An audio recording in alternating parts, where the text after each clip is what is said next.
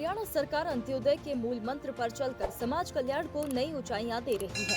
पंडित दीनदयाल उपाध्याय के इस दर्शन को साकार कर सरकार ने समाज कल्याण की योजनाओं का लाभ अंतिम छोर तक पहुंचाने के लिए एक क्रांतिकारी बदलाव किया है।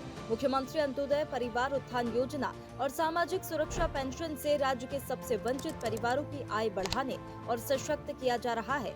समाज कल्याण के मामले में हरियाणा देश के अग्रणी राज्यों में शुमार है।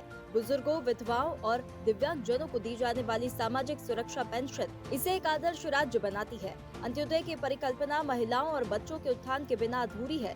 इसीलिए हरियाणा सरकार लाडू लक्ष्मी योजना और हर घर गृहिणी योजना जैसी पहलों से महिलाएं आर्थिक और सामाजिक रूप से मजबूत हुई है।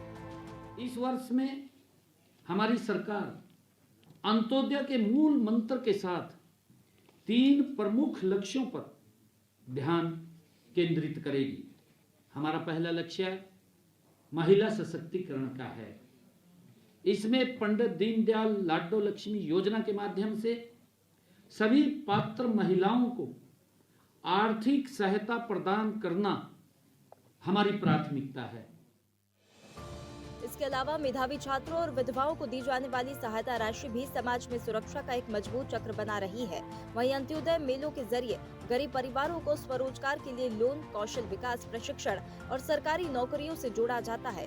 सरकार की पहल पर नजर डालें तो दीनदयाल लाडू लक्ष्मी योजना के तहत अब तक 9.76 लाख महिलाओं के खातों में 1415 करोड़ रुपए ट्रांसफर, 21 वर्ष तक के निराश्रित बच्चों की सहायता राशि बढ़ाकर 2300 रुपए प्रति माह, कश्मीरी प्रवासी परिवारों की प्रति सदस्य सहायता राशि 1000 से बढ़ाकर 1700 हुई।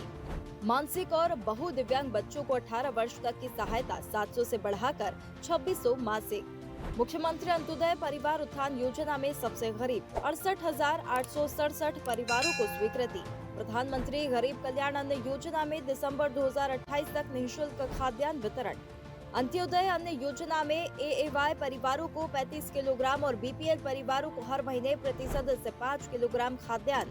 विधुर, अविवाहित और कैंसर के स्टेज 3 और 4 के रोगियों को 3200 मासिक पेंशन।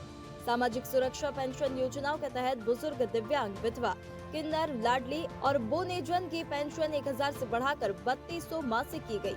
वरिष्ठ नागरिकों के ग्राममय जीवन के लिए समृद्ध वृद्ध सेवा आश्रम योजना आरंभ। एसिड पीड़ितों को दिव्यांगता प्रतिशत के अनुसार 14,000 प्रति माह तक सहायता।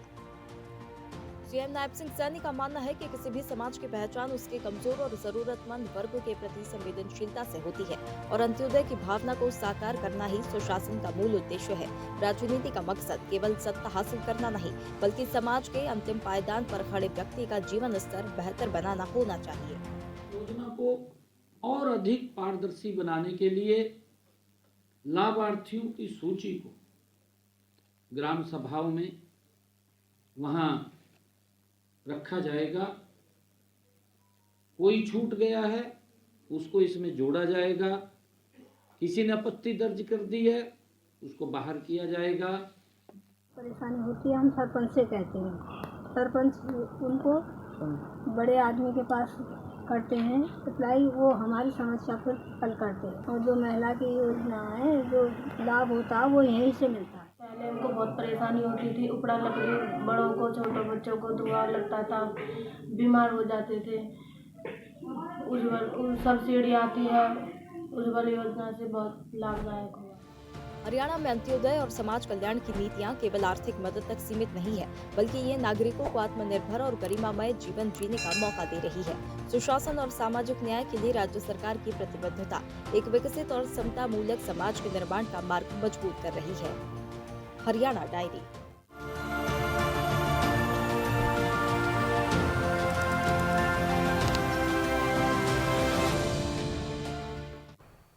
ऐसे ही वीडियोस के लिए लाइक करें, शेयर करें, फॉलो करें। YouTube पर जाकर सब्सक्राइब कर बेल आइकन दबाना ना भूलें और ताजा अपडेट्स के लिए swedeshlive.com पर जरूर जाएं।